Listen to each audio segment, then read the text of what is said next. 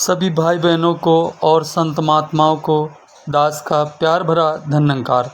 आज की चर्चा दास इस विषय पे करने वाला है कि आप जी ने तो ये बात सुनी होगी कि कई बार क्या होता है कि शरीर में नाना प्रकार के रोग लग जाना और फिर उन रोगों से आसानी से मुक्ति ना पाना या किसी प्रकार से शरीर को चोट लग जाना और फिर वो चोट विलम्ब से ठीक होना।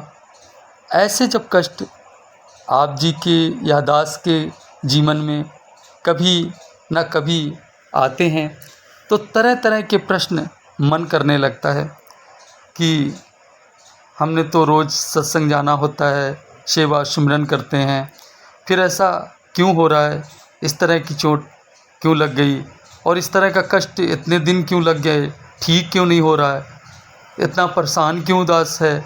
ऐसे तरह तरह के जो है शिकवे शिकायत शुरू हो जाते हैं। हजूर प्रभु परमात्मा से शिकवे शिकायत हम कर रहे होते हैं और हमें ये नहीं मालूम होता है कि हमारे हजूर हमारे सतगुरु बाबा जी हमें किस मुसीबत से बचा रहे होते हैं। ये छोटा सा कष्ट देकर न जाने कौन सी बड़ी मुसीबत को हमारे जीवन से समाप्त कर रहे होते हैं। लेकिन हम जितनी हमारी सोच है, जितना हम समझ सकते हैं, उतना समझकर हजूर पर ही शिकवे शिकायत के अंबार लगाना आरंभ कर देते हैं। ये ऐसी हम आप में अवस्था प्रकट हो जाती है अगर किसी मुसीबत को अधिक दिन ठीक होने में लग जाते हैं तो आइए जानते हैं आज ऐसी ही एक सच्ची घटना को जो एक महात्मा के साथ घटी घटना है। और तो दास आप जी के समक्ष वो घटना रखेगा। उससे पहले दास आप जी से विनती कर रहा है कि आपने वीडियो के अंत तक रहना है जिससे आपको पूरी जानकारी दे पाए। तो दास के कहने का भाव क्या है कि एक महात्मा थे जो ब्रह्मज्ञानी संत थे और निरंकार प्रभु परमात्मा में समर्पित रहते थे, हर पल परमात्मा की चर्चा किया करते थे। कारण क्या था कि वो स्टेज में ड्यूटी करते थे, स्टेज अध्यक्षता करते थे, स्टेज में बैठकर इस प्रभु परमात्मा का प्रचार किया करते थे। तो एक दिन भाई बहनों क्या होता है कि वो अपनी ड्यूटी के लिए घर से निकल रहे थे, जा रहे होते हैं कि रास्ते में अचानक से उनकी गाड़ी फिसल जाती है और महात्मा गिर जाते हैं। जैसे ही महात्मा गिरते हैं तो उनका जो महापुरुषों पैर होता है ना, वो पैर गाड़ी के नीचे दब जाता है। अब गाड़ी के नीचे पैर दब गया तो महात्मा को तकलीफ़ तो हुई होगी। फिर किसी न किसी का तरीके से महात्मा बाइक खड़ी करते हैं, बाहर को बाहर निकाल लेते हैं और फिर खड़े होते हैं तो उनको महसूस होता है कि इतनी ज़्यादा चोट नहीं है, सत्संग तो दास चला ही जाएगा। तो महात्मा फिर बैठते हैं गाड़ी में, सत्संग की ओर चले जाते हैं।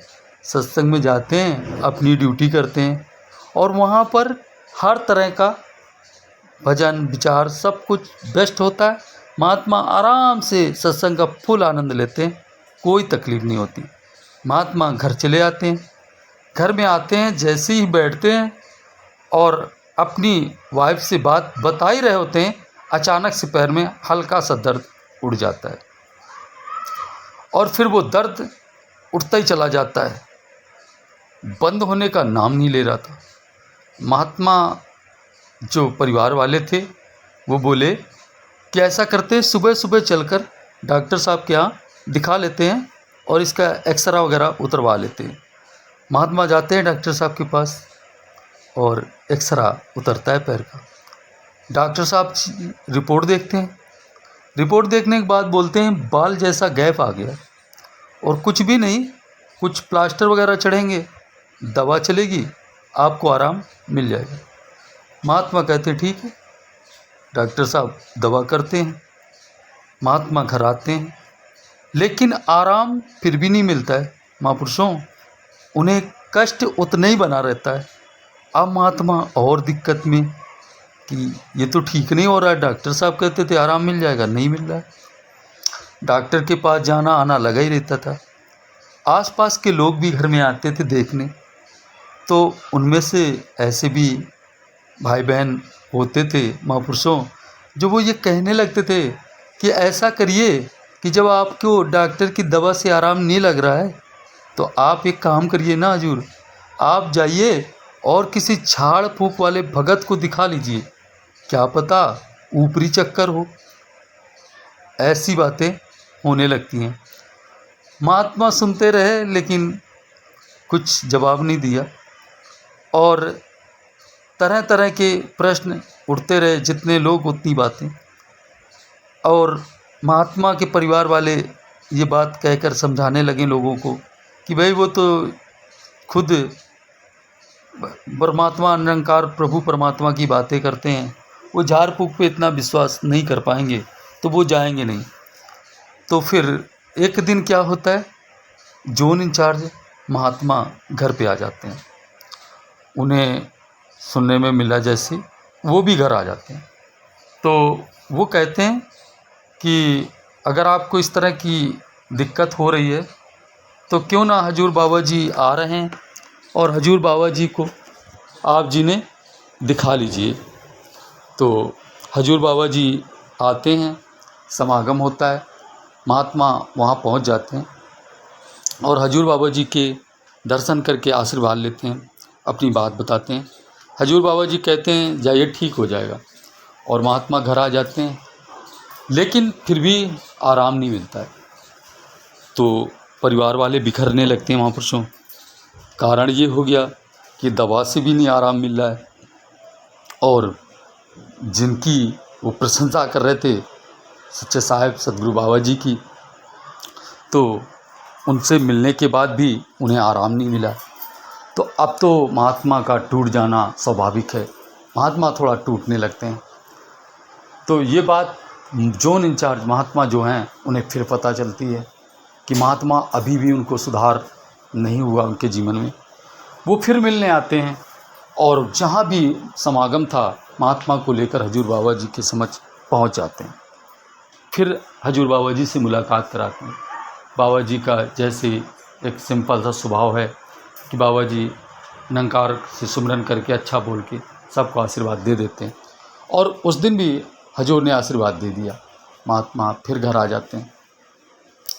फिर महात्मा का शायद लखनऊ में कोई टेस्ट वगैरह कराना था, तो वहीं टेस्ट के लिए जा रहे थे कि रास्ते में अचानक से इन्हें आराम मिलना शुरू हो जाता है, और जैसे आराम मिलना शुरू होता है परिवार वाले खुश हो जाते हैं, और जब डॉक्टर के पास पहुंचते हैं तब तक तो सब कुछ नॉर्मल हो ही गया होता है। फिर परिवार की सारी समस्या समाप्त हो जाती है और परिवार खुश हो जाता है। तो दास कहना चाहेगा इस जगह पर कि एक ऐसे ही और महात्मा थे जिनका पूरा शरीर बेकार हो गया था, काम नहीं कर रहा था, जुबा काम कर रही थी। परमात्मा का सुमरन किए जा रहे थे, शुक्राना किए जा रहे थे। एक महात्मा मिलने आते हैं तो महात्मा पूछने लगते हैं कि और जी कैसे हैं वो? तो कहते हैं बस कृपा है आपकी। तो कहते हैं क्या कृपा है दास की, जब सब पूरी तरह से आप बेकार हैं तो कृपा किस प्रकार की है? तो कहने लगे कि क्यों नहीं कृपा है, ये जुबा जो चल रही है ये आप जी की कृपा से चल रही है। अगर ये जुबा भी आप ना चलने दो तो दास आपका क्या बिगाड़ लेगा। महात्मा को समझ में आ गया कि वाकई में बात तो सही कह रहे हैं महात्मा, ये निरंकार प्रभु परमात्मा की मर्जी है। ये तन सलामत है तो इसकी कृपा है, नहीं सलामत है तो इसकी कृपा है, इसकी मर्जी है, इसने जो करना है वो करना ही है। फिर क्या कर लेते हैं आप? अगर आपको ये बचाना चाहे तो बचा सकता है और मारना चाहे तो मार सकता है, इसकी मर्जी है, इसके सामने किसकी चलने वाली है।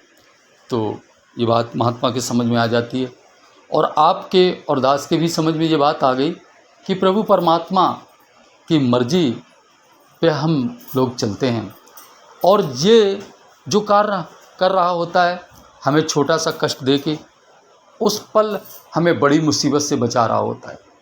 ये बात अक्सर आपने सत्संग में महात्माओं के द्वारा, विचारों के द्वारा कई बार इस बात को सुन रखा होगा कि महात्मा बताते हैं कि हजूर दास का काम नहीं बन रहा था, दास शिकवे शिकायत कर रहा था, और उस पल अगर वो कार्य हो जाता तो वो हमारे लिए बहुत बड़ा दुखदाई बन जाता। ये बात दास को तब समझ में आई जब कुछ दिन बीते और वो सारी समस्याएं दास के सामने आईं, तब दास को पता चला। इसी प्रकार ये समस्या भी होती है बीमारी की, कि हमारी बीमारी हजूर ना ठीक करके हमें किस मुसीबत से टाल रहे होते हैं, किस पाप को इस बीमारी के द्वारा काट रहे होते हैं, ये बात हमारे आपके समझ में नहीं आती है। और ये जब समझ में आती है जब सतगुरु ने पूरी तरह से रहमत कर देनी होती है। तो भाई बहनों, दास के कहने का भाव क्या है कि हमें हर पल इस प्रभु परमात्मा का शुक्रगुजार रहना है, शुक्राना ही करना है और शिकवे शिकायत नहीं करने हैं।